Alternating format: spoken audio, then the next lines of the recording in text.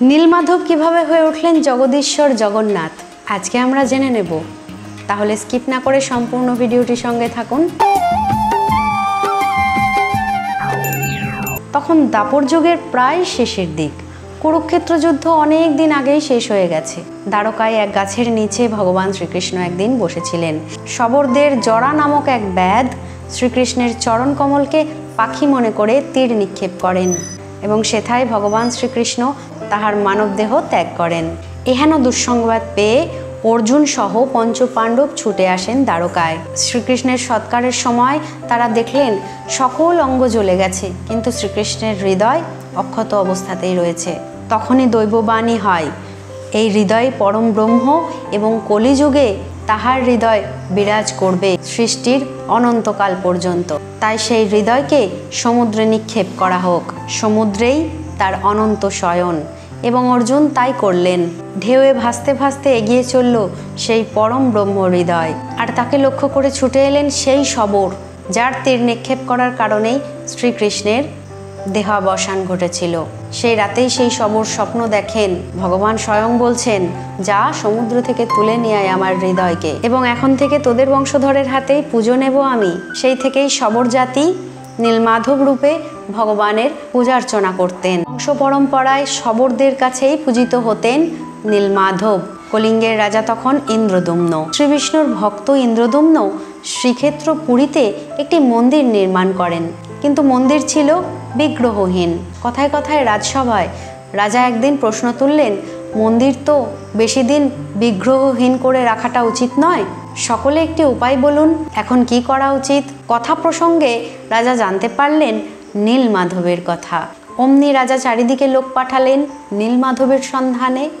রাজার লোকজন সকলে ফিরে এলো, শুধু ফিরলেন না বিদ্যাপতি। তিনি জঙ্গলের মধ্যে পথ হারিয়েছিলেন। শবররাজ বিশ্ব বসুর কন্যা ললিতা তাকে উদ্ধার করে তাদের স্থানে নিয়ে গেলেন। ললিতা এবং বিদ্যাপতি দুজন দুজনকে দেখে মোহিত হলেন এবং তাদের মধ্যে ভালোবাসার সম্পর্ক গড়ে উঠল এবং শবররাজ তাদের বিবাহ দিলেন। বিয়ের পর থেকেই বিদ্যাপতি রোজ লক্ষ্য করতেন অনেক ভোরবেলা শবররাজ কোথায় যেন বেরিয়ে যান। স্ত্রীকে প্রশ্ন করলেন, তোমার বাবা রোজ কোথায় বেরিয়ে যান? তখন স্ত্রী ললিতা বলেন যে মন্দিরের এক গোপন স্থানে বাবা নীলমাধবের পূজা করতে যান, কিন্তু এটা অত্যন্ত গোপনীয় ব্যাপার। এই কথা শুনে উৎসাহিত হয়ে পড়লেন বিদ্যাপতি। নীলমাধবের সন্ধান যখন পাওয়াই গিয়েছে তখন আর ছাড়া যাবে না। তিনি ঠিক করলেন যেভাবেই হোক নীলমাধবের দর্শন করতে হবে। তিনি বায়না জুড়ে দিলেন। বিশ্ব বসু প্রথমে রাজি হননি, কিন্তু অবশেষে মত দিলেন। তবে একটি শর্ত দিলেন, যেই রাস্তা ধরে নীলমাধবের স্থানে যেতে হয় সমস্ত রাস্তায় তাকে চোখ বেঁধে নিয়ে যাওয়া হবে। জামাতা হলেও নীলমাধবের সন্ধান দিতে রাজি ছিলেন না শবররাজ। তাতেই রাজি বিদ্যাপতি। চোখ বাঁধা অবস্থায় গোটা পথে সর্ষের দানা ছড়াতে ছড়াতে তিনি গেলেন। যথাস্থানে নীলমাধবের দর্শন করলেন এবং মনটা আনন্দে উৎফুল্ল হয়ে গেল তার। বনের মধ্যে থেকে ফুল কুড়িয়ে এনে নীলমাধবের চরণে অর্পণ করলেন বিদ্যাপতি এবং সঙ্গে সঙ্গে দৈববাণী হলো, দিন দুঃখীদের উপাচারে সন্তুষ্ট হয়ে পূজা গ্রহণ করেছি, এবার আমি মহা উপাচারে ইন্দ্রদুম্নের কাছে পূজা পেতে চাই। ভীষণ রেগে গেলেন শবররাজ। নিজেদের ইষ্ট দেবতাকে কি অন্য কাউকে সমর্পণ করে দেওয়া যায়? তা কখনোই সম্ভব নয়।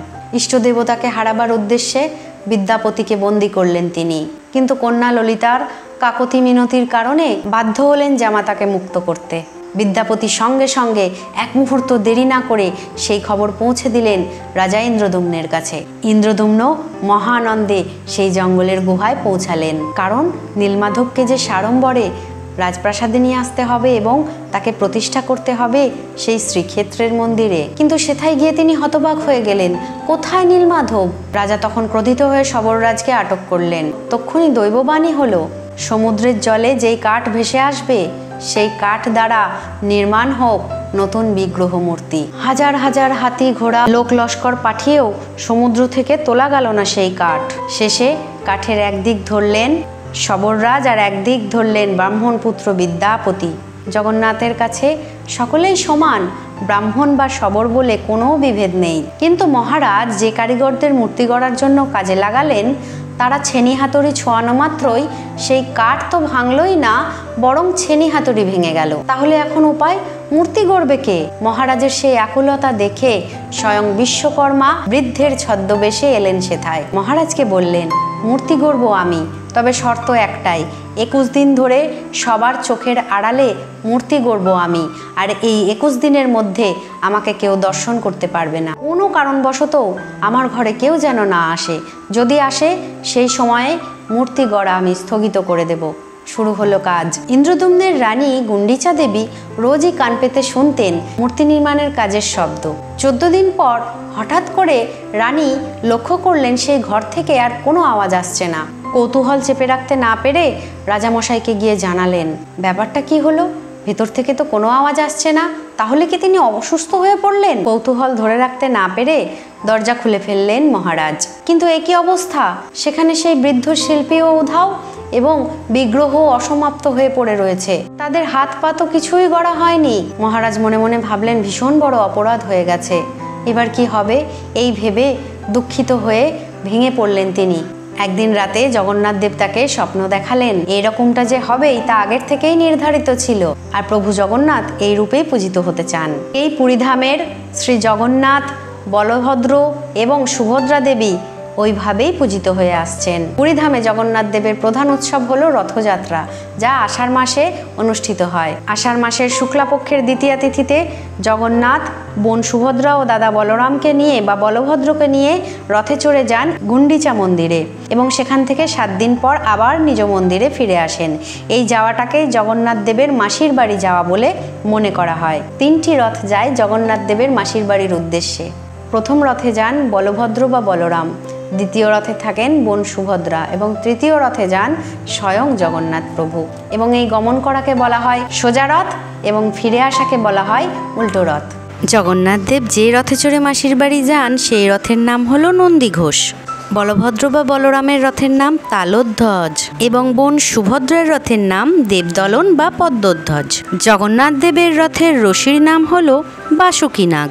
মান্যতা আছে বাসুকীনাগ জগন্নাথ দেবের রথের দড়ি হিসেবে নিজেকে উৎসর্গ করেছিলেন। বলভদ্র এবং সুভদ্রা দেবীর রথের রশির নাম কি? কমেন্টে অবশ্যই জানাবেন কিন্তু। এবং এই ঘটনার পিছনে আরও একটি তত্ত্বকথা আছে, জানেন কি? ভগবান বলেছিলেন, আমার 2টো হাত অসমাপ্ত, তাই কি হয়েছে? জগৎবাসী, তোমাদেরকে সম্পূর্ণ হাত দিলাম, তোমরা কর্ম করো, কর্ম করে নিজেদের জীবন অতিবাহিত করো। কর্মের মাধ্যমেই মুক্তিলাভ সম্ভব, কর্মের মাধ্যমেই ভগবান প্রাপ্তি সম্ভব। তো আজকের এই জগন্নাথ দেবের লীলা আপনাদের কেমন লাগলো অবশ্যই জানাবেন। সকলে খুব ভালো থাকবেন, সুস্থ থাকবেন, সাবধানে থাকবেন। রাধে রাধে, জয় জগন্নাথ।